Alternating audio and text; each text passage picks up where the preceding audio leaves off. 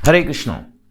Darwin's theory, the theory of evolution, हम सब ने पढ़ा होगा अक्सर। जो भी अगर आप लोग साइंस के स्टूडेंट रहे या पहले भी 10th के पहले भी कुछ आप लोगों ने पढ़ा होगा इसके बारे में, डार्विन्स थ्योरी के बारे में। सो मिस्टर डार्विन का क्या कहना है कि हम जो मनुष्य हैं, हमारे जो पूर्वज थे वो बंदर थे, और बंदर थे, अनसिविलाइज्ड थे, अनकल्चर्ड थे, और धीरे धीरे धीरे धीरे धीरे धीरे धीरे करके अब जाके वो कल्चर्ड हुए, मतलब हम लोग कल्चर्ड बन गए हैं और सिविलाइज्ड बन गए। तो ये तो डार्विन जी का कहना है। लेकिन हमारे वैदिक जो व्यू है इस पे क्या है, हमारा वैदिक व्यू क्या कहता है कि हमेशा से हमारे जो पूर्वज रहे हैं वो सिविलाइज्ड रहे हैं, कल्चर्ड रहे हैं। जिन्हें भगवान ने बनाया है वो कोई ऐसे बंदर के द्वारा बनकर नहीं आए हुए हैं।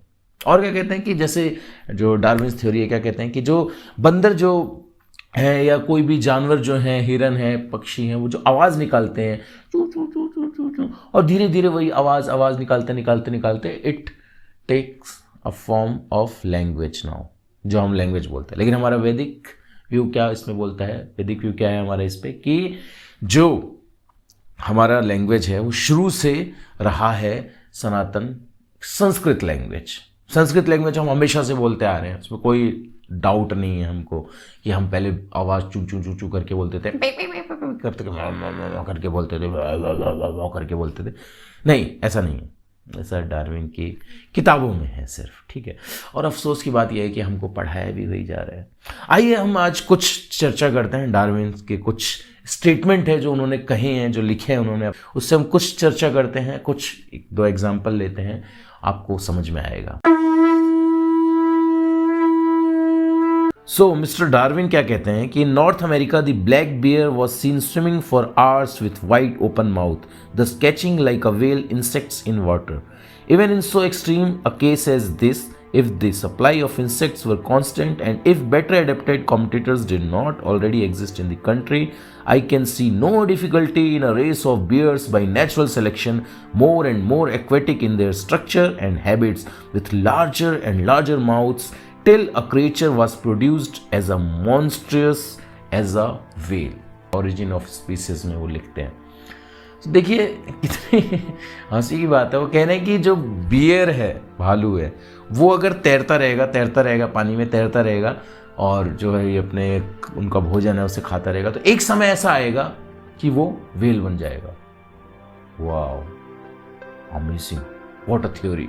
ऐसा लग रहा है कि किसी चंपक, जो हम स्टोरी पढ़ते हैं ना बचपन में, चंपक की बुक होती थी उसमें स्टोरी, ऐसा नहीं लग रहा सुनने में, ठीक है। और बताते हैं हम क्या कहते हैं mister Darwin ji. So under nature with the nascent giraffe, the individuals which were the highest browsers and were able to during deaths to reach even an inch or two above the others will often have been preserved. By this process long continued, combined no doubt in a most important manner with the inherited effects of increased use of parts, it seems to me almost certain that any ordinary hoofed quadruped might be converted into a giraffe. Charles Darwin, Origin of Species.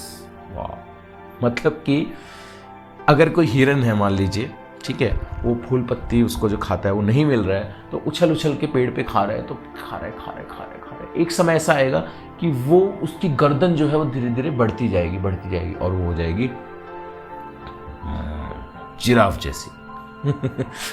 ये एक दूसरा example था।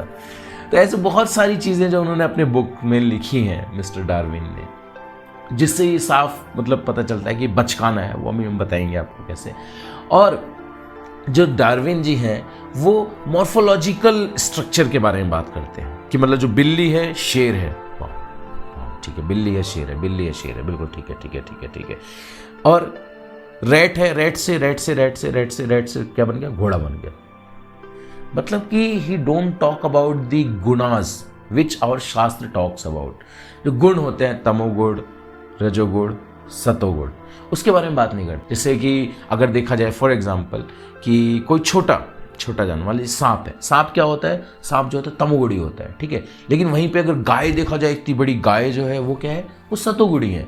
But mister Darwin बात कर रहे हैं morphological structure के हिसाब से, मतलब शारीरिक बनावट के हिसाब से कि बड़ा है, ये छोटा है, only the outer cover is. और मिस्टर डार्विन ने खुद लिखी है ये बात स्पेकुलेशन की। वो क्या लिखते हैं, I am a firm believer that without speculation there is no good and original observation. After 5 years work I allowed myself to speculate on the subject and drew up some short notes.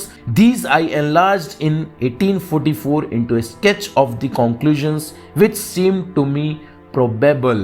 So किसकी बात कर रहे हैं mister Darwin यहाँ पर? Mister Darwin बात कर रहे हैं यहाँ पर स्पेक्यूलेशन की। मतलब कि यहाँ पर बैठकर आप स्पेक्यूलेट करो। मैं स्पेक्यूलेट करता हूँ।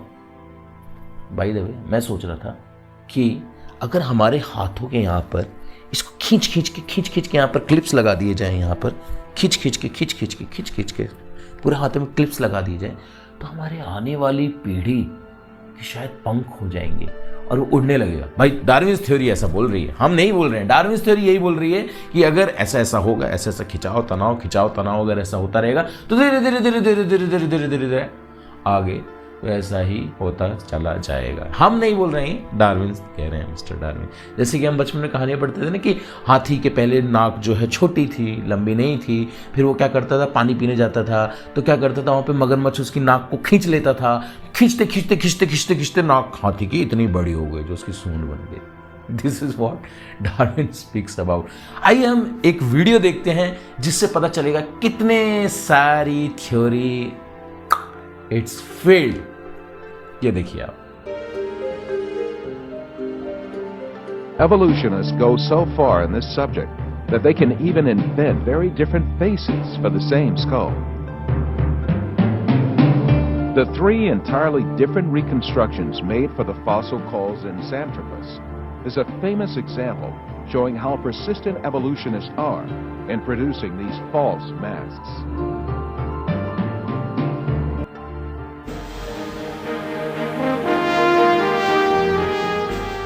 Another intermediate transitional form fabricated by evolutionists was the Nebraska man.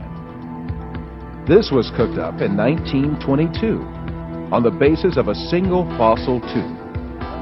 The evolutionists did not neglect to give it an ostentatious Latin name, Asparapithecus haroldcooka, or to make imaginary drawings related to it. It was soon revealed that the tooth that had been the source of inspiration for Nebraska man in fact belonged to a wild pig.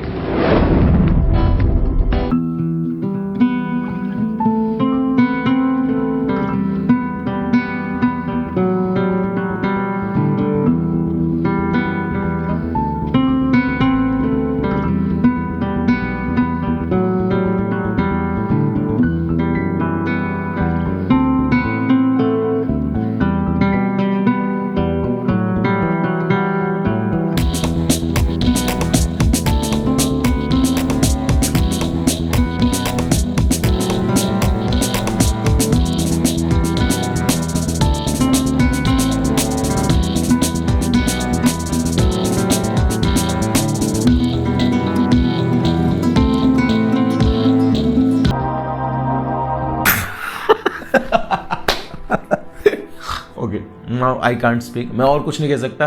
और हाँ, चिमटी वाला ना try कर सकते हैं, क्या पता पंख उग जाए। हरे कृष्णा।